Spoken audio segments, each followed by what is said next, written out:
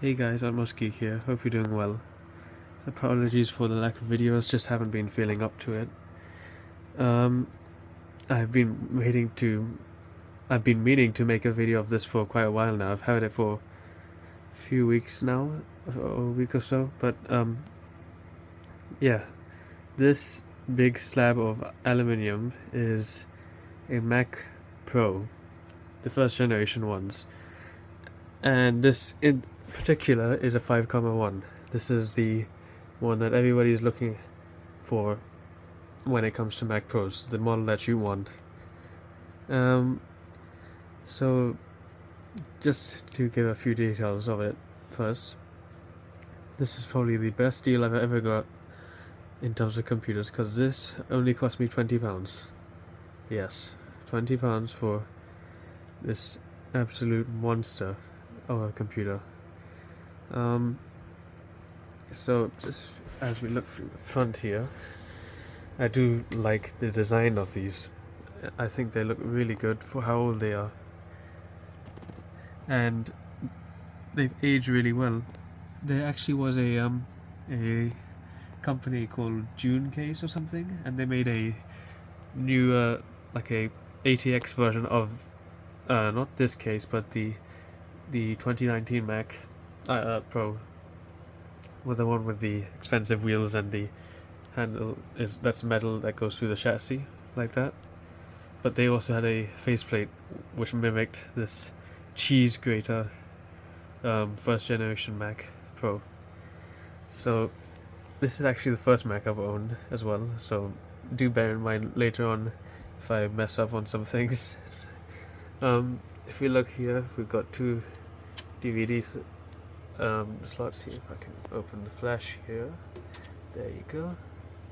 I like the doors on here, they slide down instead of just like, I mean, obviously the tray comes out as usual, but the door is not stuck to the tray like a normal case, so that's neat. This one is empty, as you can see. You can see the power supply and the SSD just hanging in there.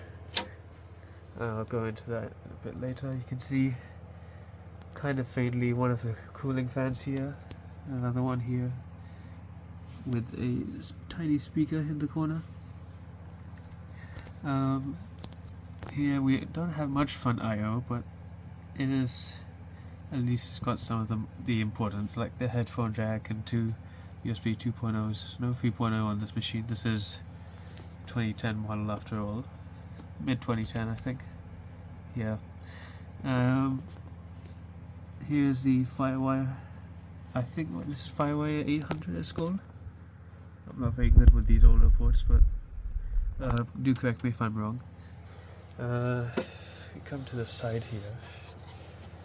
It's a very heavy machine, so yeah, I'm struggling pretty much hard to move it around. Yes, I'm a weakling. It's in pretty decent shape. There are a few scratches here and there, and scuffs here, and a few like what do you call them, chips in the aluminium itself, but it's in okay condition for how old it is. I'm not complaining, especially for the price I got it for. It's got some weird like corrosion, I guess you could say like water spots or something. You can see one of them there, a few of them. Not sure what that was. I've wiped the whole thing down and given it just a light dust off and things, and it helped a bit, but not too much. Here is the power supply, which is not ATX, it's its own thing. Whoops, sorry, had to cover up the info sticker here because it's got a serial number on it and a Ethernet ID that I don't really want to share, as the previous owner didn't really want to share that either to me, so I guess I'll just respect that. As you can see here on the graphics card, which is a Radeon 5870, I will go into more detail about it because I have something similar in another machine. It's got two mini display ports, I think they are, pretty sure they are, and that's DVI there, not ADC weirdly, but then again this is much newer than the older Macs, and sorry, mumbling over my own words here, but this was way past the era of the ADC connector, so I'm not surprised. And basically what that was, it was a very neat thing that Apple used to power their monitors and send the video and audio all in one cable from the graphics card. So yeah, that's pretty neat, isn't it? If we come over here, we have 3 USB 2.0 ports, more FireWire 800, FireWire 800, my goodness, optical in and out, which is nice. I see why people use this for music production. Back then, still apparently, some people are still using it. Input and output, auxiliary 3.5mm, and 2 Ethernet ports, which is always a nice thing to see, and one big, ginormous 120mm fan at the back. If we come to this side, there's nothing really much to see here. It's just all plain with a few scratches, as usual. So let me stop blabbering about and hook this thing up to a monitor, which you will not have seen on the channel before, and let's see what I've done to this thing so far and how much I've struggled. Oh my goodness. It's all working now. This is running, if you are a Mac user, you'll notice that this is running Sonoma, well, a newer version of Mac OS at least, just based from this lock screen here. And the way I've done this, through the help of a friend and some YouTube videos and a lot of pain and agony, is using OpenCore Legacy Patcher. That's what it's called. It's a bit of a mouthful, I know, but I'll show you here. No, go away, Siri. Virus. There we go. This thing here. So if we open this up,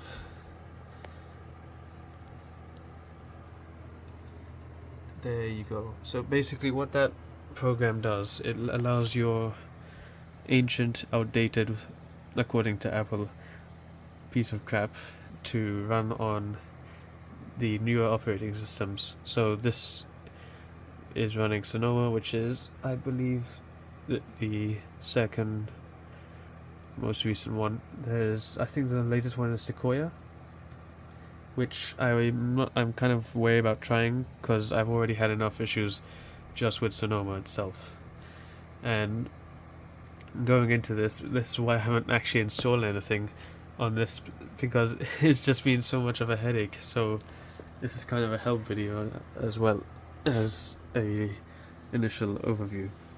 The first thing I will mention, for some reason, when I unplug the USB dongle here, just for this keyboard and mouse, it doesn't do this on all of them, but it does on a few of them I have around here. It doesn't work. So I have to plug it into that USB hub over there, which then plugs into the machine, because stupid Mac OS removed the USB 1.1 drivers, and you're thinking, why on earth would I need USB 1.1 drivers? Everything is 2.0 nowadays. Well, for some reason, I guess some keyboards and some wireless keyboard and mouses are still using 1.1 to this day or something, which Mac OS does not like unless you use one of those hubs over there. So yeah, that's one of the annoying things. It's just a little thing, and it doesn't do this, like I mentioned, with all mice and keyboard, but it's just something I've noted. Next thing here is, if I just open the what do you call it? I'm a bit new to this, all this stuff. Apologies, but if you have a look at this thing here, the disk utility, I have not been able to format my hard drive here. Now, what originally happened was, which I actually totally forgot to open the side of this machine and show you inside, so my bad, I'll do that afterwards.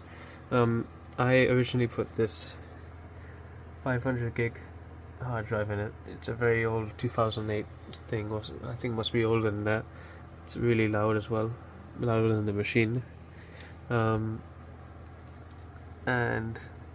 I put High Sierra on it, which is the last supported operating system for this Mac, with this specific Mac, because it has the old non-metal capable GPU in it. And what I mean by that, non-metal is, well, metal itself, I know it's an element and whatever, blah blah blah, but in Apple terms, metal is a graphics API which is used for the UI of the operating system and other programs and things.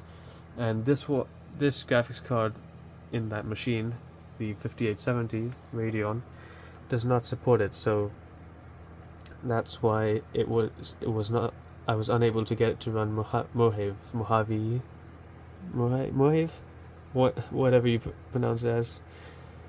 So yeah, but thanks to OpenCore Legacy Patcher, which installs a developer kit which has some legacy drivers for the graphics card to work,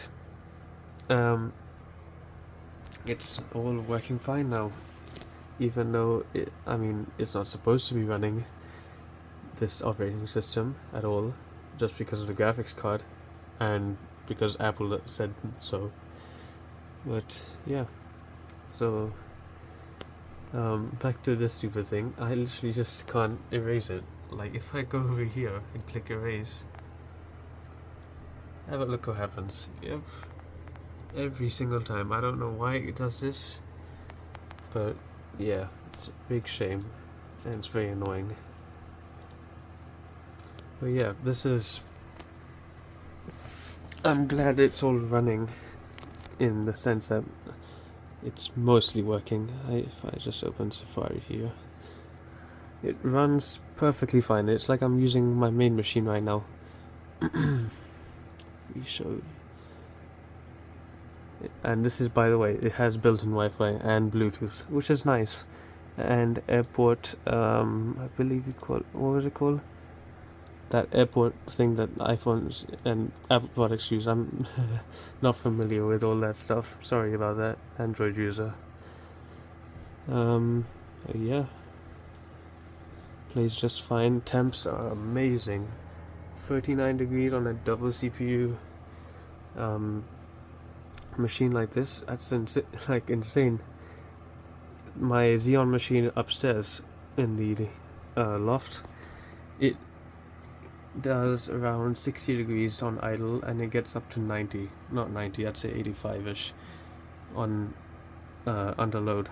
But this thing I haven't seen go up to 50 yet, and it still works perfectly fine. If I open the activity monitor here, the CPU is not doing anything, and this is not using what was that thing called? Oh yeah, I think it was H.264. Yes, that's the one that makes YouTube use that old format so your PC can run better. It's better for old machines basically. But this thing doesn't struggle at all, which is surprising.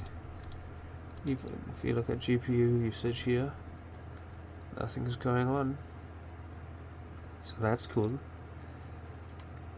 Pretty fantastic. The speaker inside here is also not too bad. That's one of the neat features I like about this. I can literally just connect to my hi-fi setup in the other room with no issues, so that's cool. Windows should do that. Internal speaker's not very loud, but it's enough. Okay, so dug out the system menu here. Sorry, I had to cut the video again. I was trying to show this menu, but it showed up with the serial number again. So I'll just have to skip that hardware tab, which is unfortunate. But basically all it mentioned is it has two 2.4 gigahertz Xeon CPUs with 8 cores in total, 4 cores for each CPU. And yeah, I forget which exact ones they are, but there is a Mac definitive guide or Mac Pro upgrade guide, sorry, that I can link in the description, which states all of the parts and things that these came with, and upgrades as well, which is interesting. So yeah, just going through other things here. That's just the audio thing, if that interests you at all. Surprisingly, yeah, we don't have NVMe on this one. And graphics, there you go. Yeah. So yeah, sorry. That's the graphics card there. It is a pre-AMD, as I mentioned before. I think so anyways.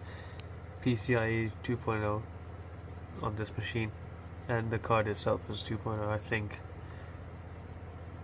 And yeah, it's only 1 gigabyte of VRAM, GDDR5 though, so at least that's okay. But 1 gig, oh my goodness.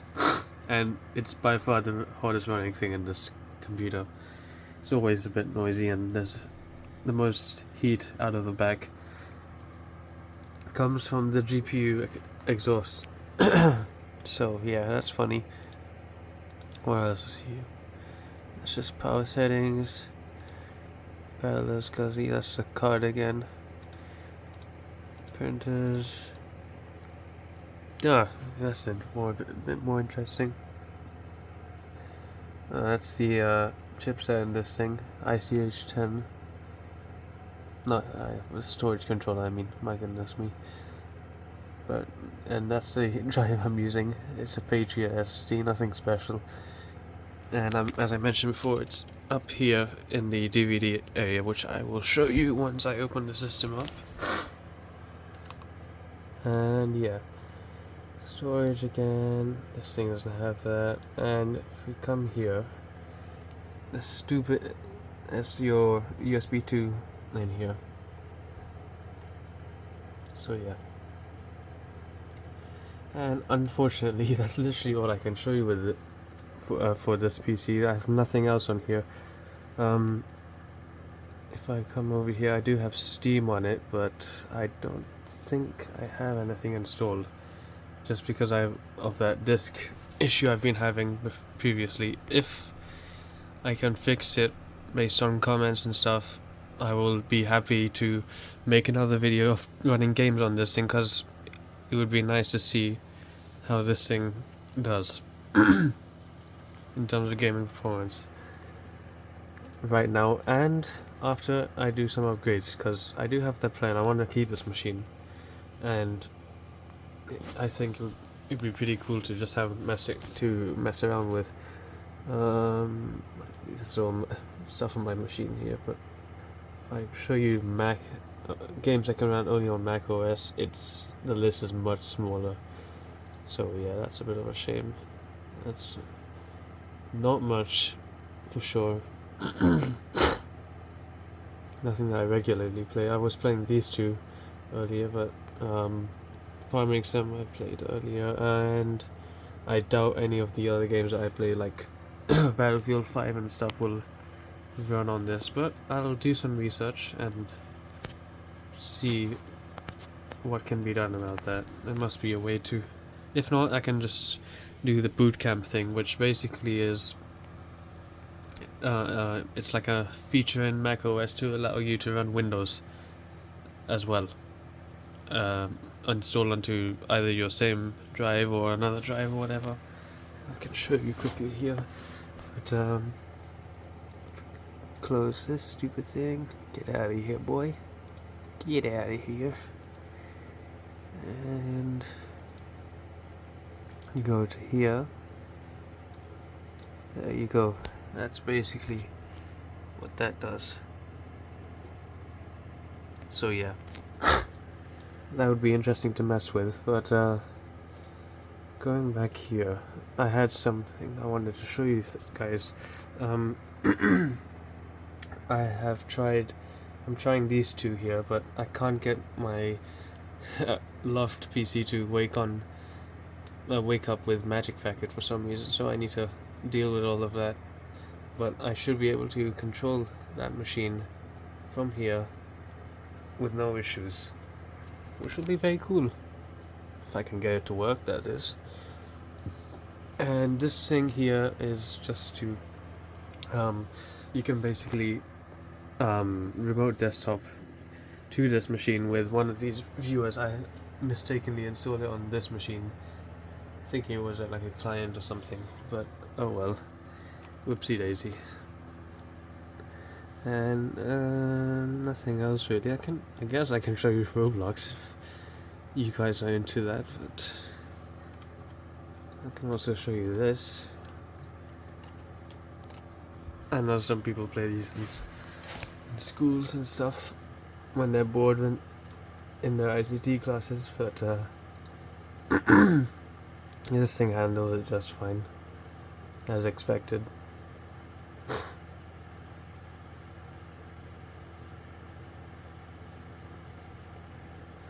Internet is not great because it is a very old Wi-Fi card, and what is going on here?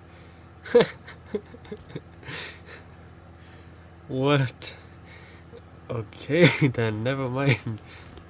Let's leave that, excuse me.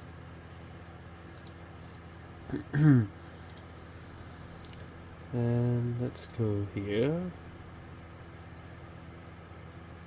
Oh crap, I think it was on Firefox, which is what I've been using, because the RAM, the 10 gigs of RAM in this thing is not enough for Sonoma, unfortunately.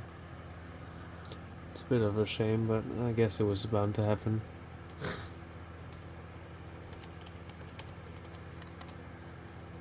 As for Roblox, I don't play it much, to be honest. I mean, when I'm bored, of course, I do get around to doing it, but every now and then. But never mind, it's just being stupid, and I don't really want to do it with it right now. So, but it does play alright. It's just the graphics card and the CPU are a bit too slow, especially the clock speed of 2.4 gigahertz. Yeah, not very fast. If I show you that website I was looking at, I think it was Definitive Mac Pro upgrade.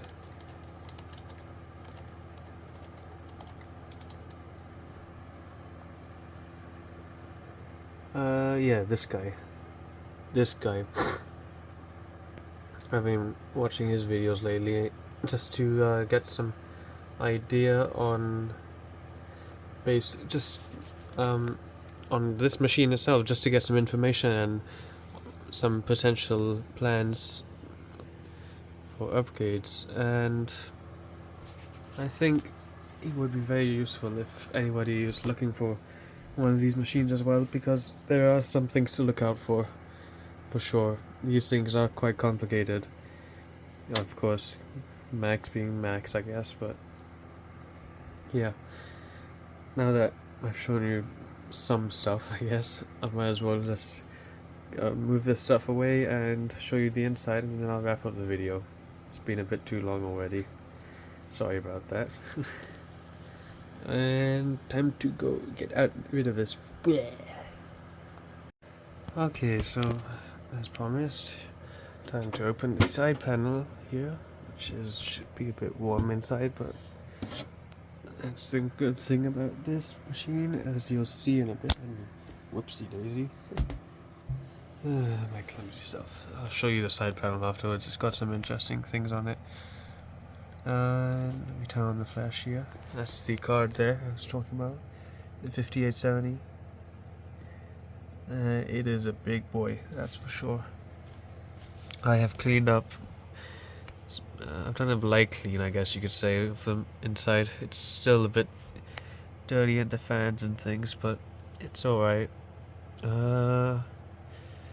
I've had to reseat this card as well. It wasn't mounted properly for some reason, and I tried a different graphics card as well with failure, thanks to Mac OS not supporting it. But I do want to replace this at some point for something that can do not 4K gaming, but 4K display rather. Just something like 1060ish, I guess, but AMD of course, because if you didn't know, Apple doesn't really like Nvidia anymore. So yeah, I need another neat feature here. If I just make sure the power button's been pressed a few times. These things, the 5 ones and the 4 ones, the 5 ones and 4 ones, I mean, these were the last 2 revisions of these of the first generation Mac Pros. They had this neat feature where the CPU and RAM are on a tray, which is very neat. If I can pull it out single-handedly, I don't think I can. Let's try here. It's a bit risky to do, I must say. It's quite warm as well. Not really. I'm over-exaggerating. Give me a second, let me put the camera down and try and do this a bit more professionally at least. Okay, so yeah, that's what I meant by you can pull out the tray. It comes fully out, and you can then replace your RAM sticks, which there are 4 here, and there's 4 behind this CPU A over here. It's got some really nice chunky heat sinks on both CPUs.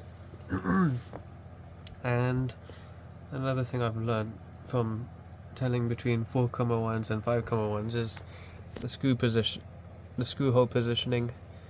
I think the 4 ones are a bit further out or something, and the 5 ones are slightly further in, and the 4 ones use delidded CPUs, which basically, if you've seen a CPU in my previous videos, they had a metal like I guess you could say plate on top.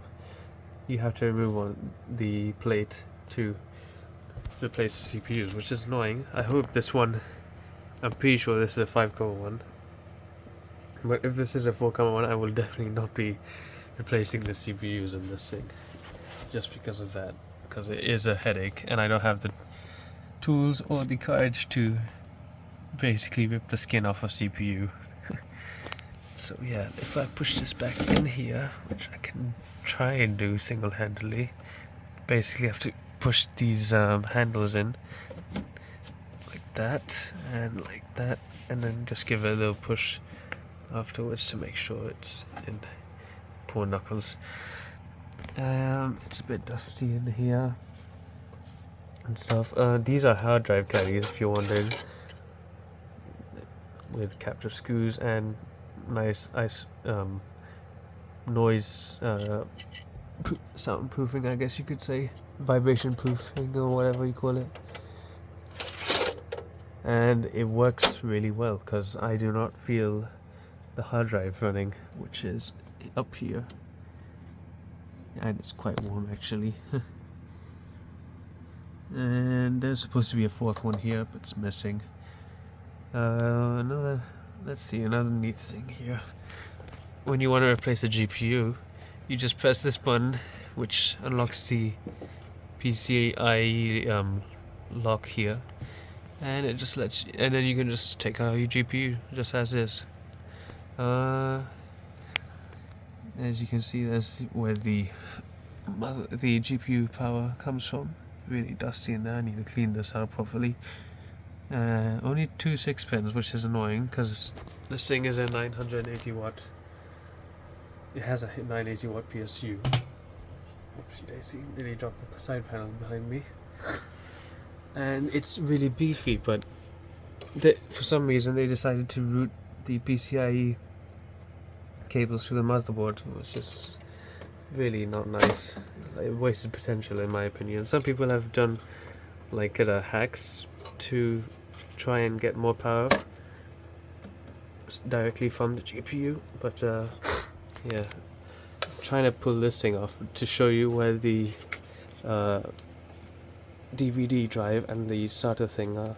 So let me get two hands and do this. I'm a bit too weak to do this. It's really stuck in there. Let me do that. Okay, so if I just bring this out a teeny tiny bit, it's basically this aluminium thing that the super writer thing runs on. I don't know how the doors open on the front there. I mean, how does it know that it's opening unless it's like a little plunger or something here? Well, it's probably a light. But yeah, normal SATA as well. I think it's SATA 2, not SATA 3, which is another annoying thing. But oh well, can't really do much about it. There's the GPU fan.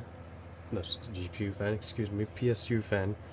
And the PSU itself, which actually comes out as a whole unit rather than with that fan, which is kind of interesting. So yeah, lots of metal everywhere, not much plastic around here in this machine, which is very nice. They did a good job making it, and damn right that they had to, because the price of these things was not very good, was really high, and people can afford these, unfortunately. But after all, it was for professionals, so I guess they have they can have some what do you call it, sympathy towards Apple or something. I'll show you the side panel here. It's got some writing on there. To install memory, see the user's guide. Yep. And it's a really nice solid side panel with a rubber seal, like a foam seal on the side, running on this lip here to provide some noise insulation, because the previous machine before this, the Power Mac G5, it was a very hot running machine and it was very loud as well, so people complained about that and Apple listened and they made this one pretty much silent. So good job, Apple. You won't hear me saying that many times, that's for sure. I am not an Apple fan, but I do like this machine, no doubt about that. So yeah, that's about it for this video. Please tell me what I should do with this machine. Give me some suggestions like you've been doing for the other videos, which I really do appreciate, by the way. So yeah, send in your ideas. Like, comment, subscribe if you want to. Nobody's forcing you, as usual. And yeah, have a good one, guys. See you in the next video.